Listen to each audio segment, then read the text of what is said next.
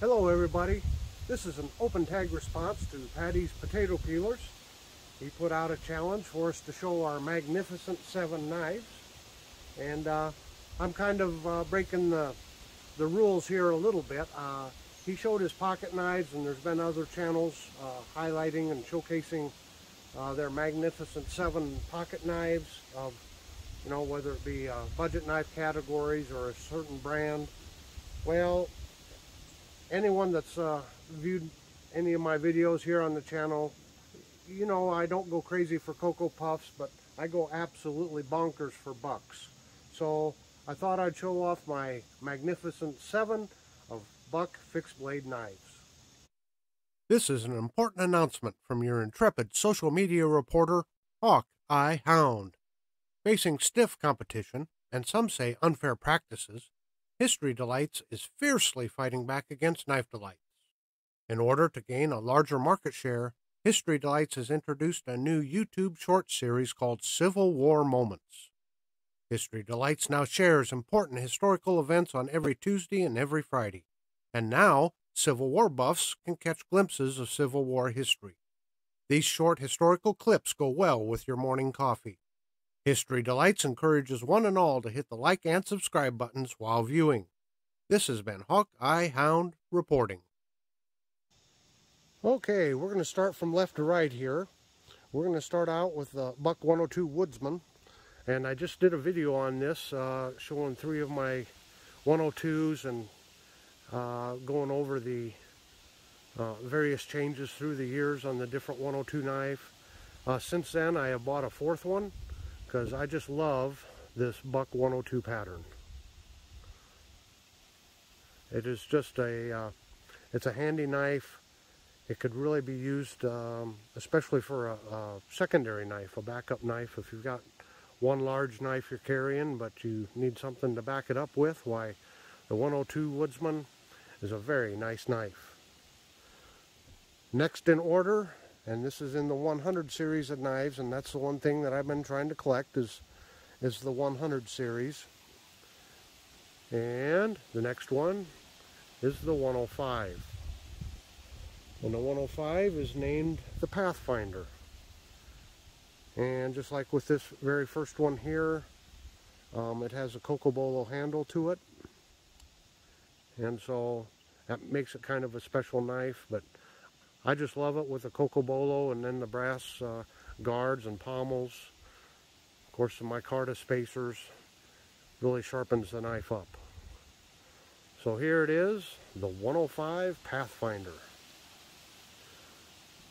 Next in line, and I recently did a video on this because it was a video collaboration, but this is the Buck 115 Caper.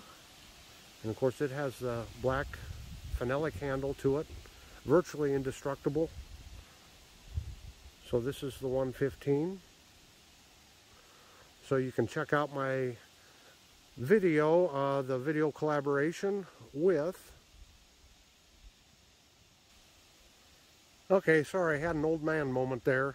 My video collaboration with J.O. Ventures Outdoors, and he made a fantastic sheath for this for me. So I'm going to put a link to my buck knives playlist at the end of this video, so these knives that I have done in-depth reviews on, you can check them out. So anyway, that's the 115. Next in line we have the 118 with the black phenolic and the nickel silver pommel and guard, and this is the 118 Personal. The 118 Personal. You can see it's got a little longer blade shape to it, more of a swoop to it, different blade shape. So as you can see with all these buck hunting knives, they've kind of covered the gamut, given some different blade lengths and styles here, blade shapes. So that is the 118 Personal. Next in line is a nice little knife, and they're kind of hard to find and hard to get. And this is the 117, and I've heard it referred to as the Brahma or the Little Brahma, but it's almost like a baby brother to the 119 over here. And I'll show them together here. But the 117 has the addition of a fuller there. And I know at Copper and Clad, that's where I got this 117, and I think they had a Cocobolo version of it, but I didn't get it bought in time, and they're out of stock. But I keep monitoring to see if I can get the Cocobolo handle version. So yeah, this is the 117.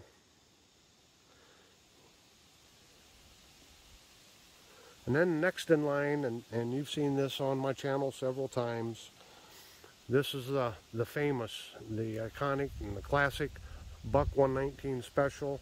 I think they started making these back in the 40s, and I need to do some more studying. So this may be incorrect, but I believe this was kind of their first production knife. So that's why it is a special knife, and of course it has the fuller right here. And if we put the 117 up next to it, as you can see there, big and little brother. Both fantastic knives.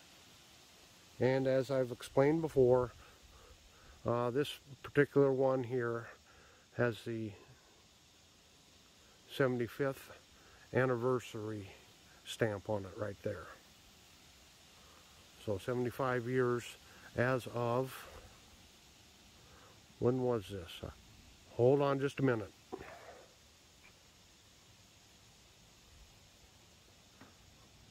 Sorry about that, I couldn't read it through the camera, but it's 2017, so 1942 to 2017, 75 years of the 119 Special. So that's at least one example of my 100 series fixed blade knives.